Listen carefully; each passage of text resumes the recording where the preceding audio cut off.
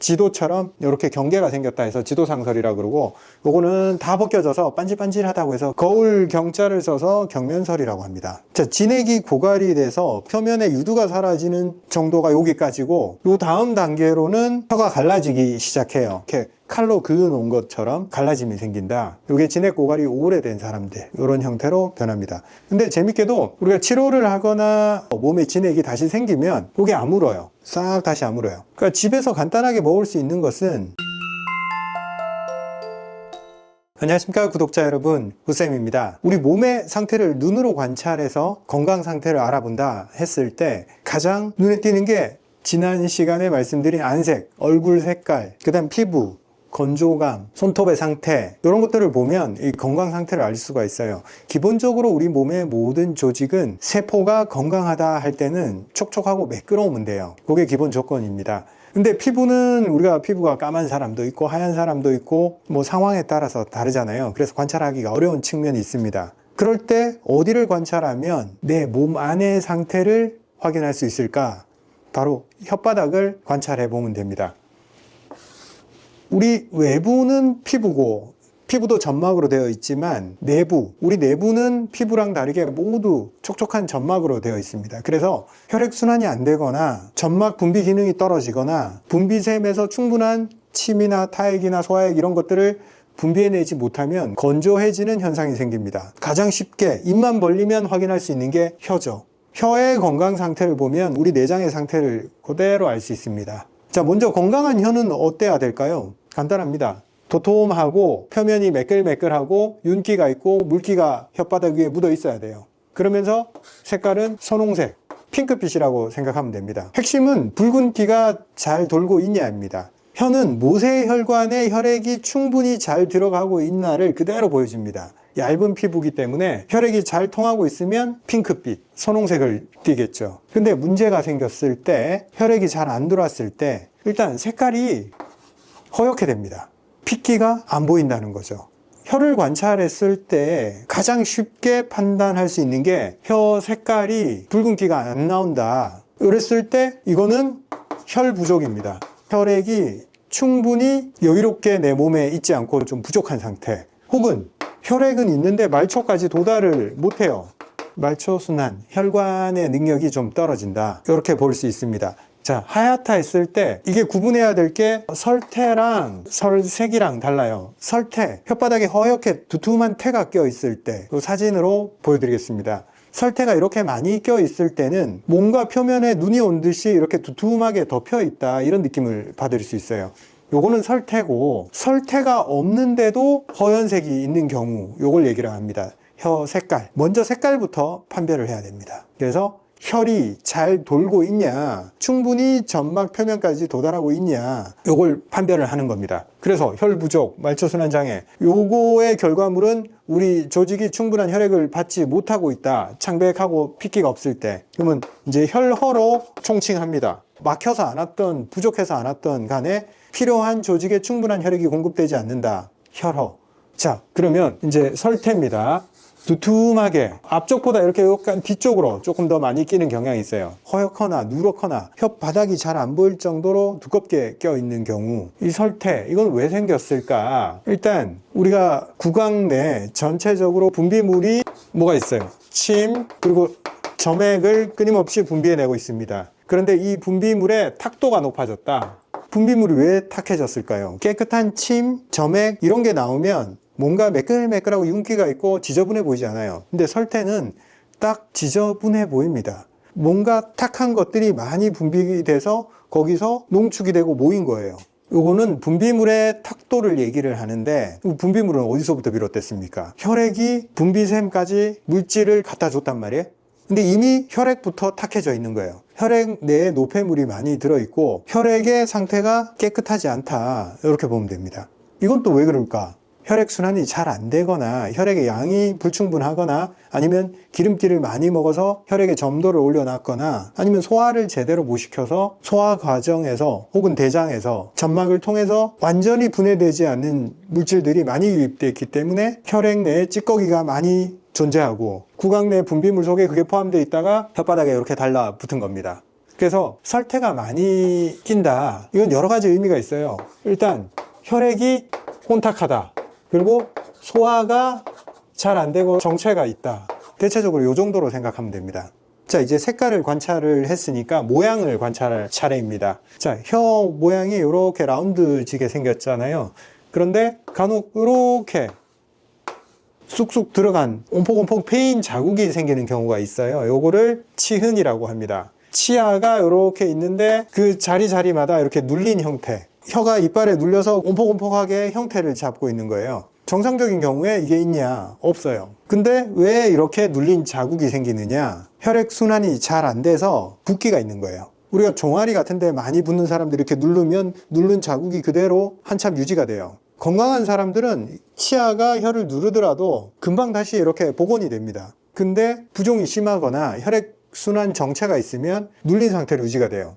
정상인 사람도 이게 어떨 때 나타나냐? 몸이 많이 피곤할 때, 기력이 없을 때, 몸에 에너지가 다운이 됐을 때 이 현상이 생깁니다. 피로가 많이 누적된 사람들이 아침에 딱 혀를 내보면 이렇게 치흔이 생겨 있어요. 근데 말을 하고 활동을 하다 보면 그게 다 없어지거든요.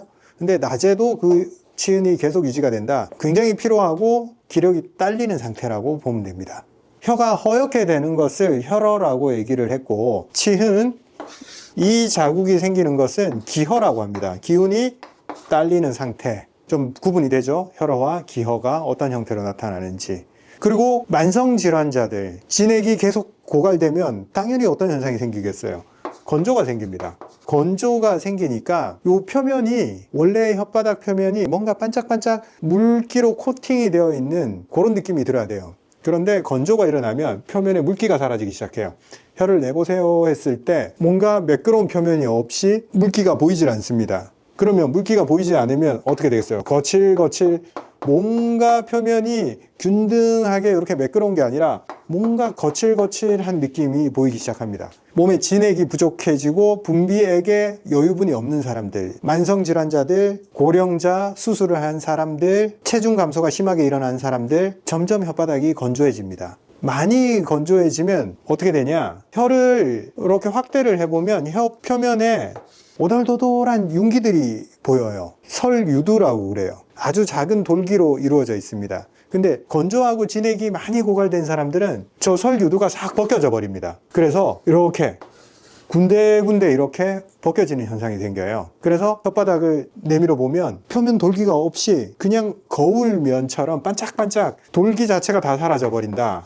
요걸 거울 표면처럼 반질반질하다라고 해서 경면설이라고 합니다. 진액 고갈이 많이 됐을 경우 이런 현상이 나타나고, 이렇게 뭔가 혀에 문양이 이렇게 생긴 사람들이 있어요.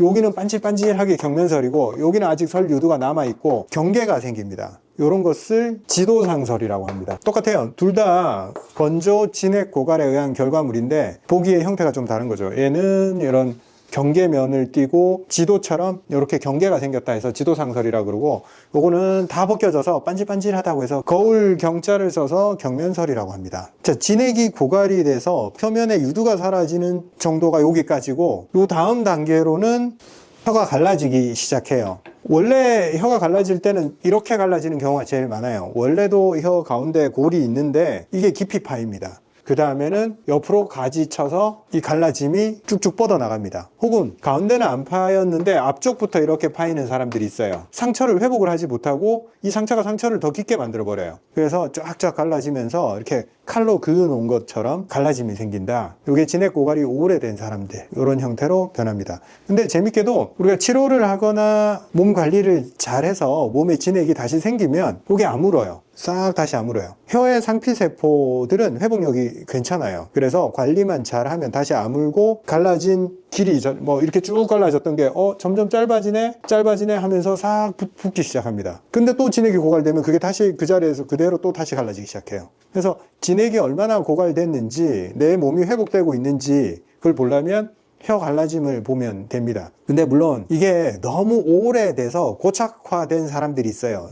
이런 분들은 진액은 회복이 되는데 혀는 그대로 있는 경우도 있어요. 그럼 너무 신경 안 써도 됩니다. 흉터처럼 이 갈라짐 자체가 자리를 잡고 있어서 그래요. 그거는 회복 안 되더라도 내가 진액이 회복되는 느낌, 입안이 촉촉해지고 피부가 촉촉해지고 몸에 건조감들이 없어지고 있다 이러면 아, 혀는 그대로 있더라도 진액이 다시 복구되고 있구나 이렇게 이해를 하시면 돼요. 간혹 환자들이 다른 건 다 좋아지는데 혀가 회복이 안 되고 있어요 하면서 스트레스 받는 분들이 있어요. 근데 다른 부분에 진액이 회복되는 징후들이 있으면 그 혀는 회복이 안 되더라도 큰 문제 없어요. 전체적인 몸의 사인들을 관찰을 해야지 혀만 딱 보고 판단하지는 않습니다. 우리가 혀를 보면서 관찰을 해서 설태가 있구나 하면 혈액이 탁도가 높아졌고 소화가 잘 안 된다, 혈액 중에 찌꺼기가 많아졌다, 관찰을 해서 그렇구나로 끝내면 안 돼요. 내가 어떤 행동을 했을 때 이 설태가 없어지는지를 체크를 하면 됩니다. 음식을 더 꼭꼭 씹어 먹고 식후에 산책을 하고 운동을 해서 소화를 좀 도와주고, 그리고 기름진 음식들, 혈액을 탁하게 할 만한 기름진 음식을 배제하고 좀 더 담백하고 채소 위주로 많이 먹었을 때 튀긴 음식과 브로콜리 둘 중에 뭐가 더 탁도가 높을까요? 튀긴 음식이 혈액을 더 끈적끈적하게 만들겠죠.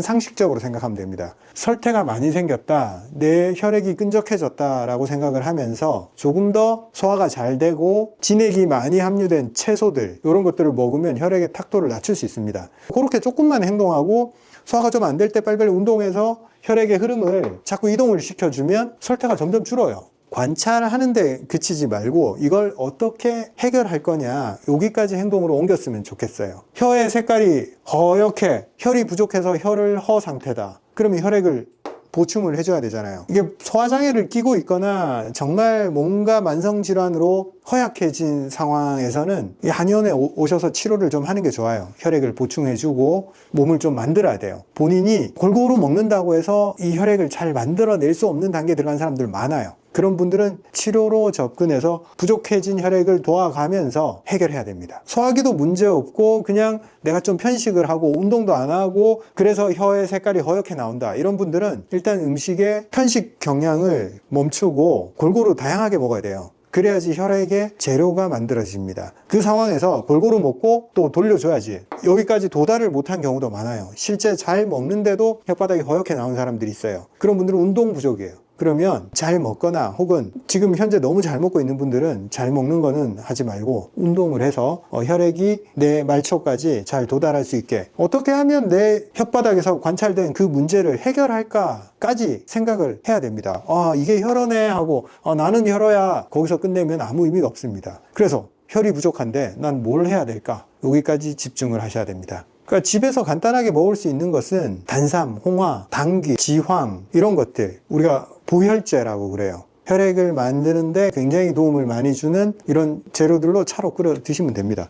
그 다음 기가 허하다. 한방에서는 기허는 인삼, 황기, 백출 이런 걸로 끌어올려요. 자꾸 이제 다운된 경향이 있는 사람들이기 때문에 황기 같은 걸로 기를 끌어올려야 됩니다. 그리고 힘들다고 너무 깔아져서 집에 있으면 안 됩니다. 그러면 기허 경향이 더 심해져요. 왜? 안 움직이니까 근육이 더 약해져서 기가 다 빠져버려요. 그래서 기운 없어 이해는 합니다. 근데 안 움직이면 그 경향은 더 심해질 수밖에 없어요. 반드시 움직여서 근육을 만들어야지 해결이 되는 부분이 있습니다. 오늘은 혓바닥의 상태, 혀의 모양 이런 것들을 관찰해서 내가 지금 어떤 상태인지 알아볼 수 있는 팁을 드렸습니다. 본인 혀만 이렇게 관찰해서는 객관적으로 알 수가 없어요. 이 가족들 이렇게 쫙 관찰을 해보고 본인 혀 색깔이나 이런 걸 비교를 해보면 잘 알 수가 있어요. 가족 중에서 가장 건강하고 가장 어린 사람 혀를 관찰하면 그게 정상일 확률이 제일 높아요. 그리고 나서 본인 혀를 보면 내가 좀 갈라지고 있고 치은도 생기고 색깔도 너무 허여멀건하구나, 이렇게 비교해서 알 수 있습니다. 자, 오늘 영상을 보는데 그치지 마시고 본인 혀를 관찰해서 내 혀에서는 이런 측면이 관찰됐어, 이 부분을 댓글로 적어 보시고 거기서 본인이 솔루션까지, 그래서 나는 요런 행동을 한번 해볼 거야, 여기까지 한번 적어 보시면 본인의 몸 상태에 대한 이해도도 높아지고 그래서 내가 뭘 해야 될지까지 도달할 수 있습니다. 이렇게 한번 해보시길 바랍니다. 감사합니다.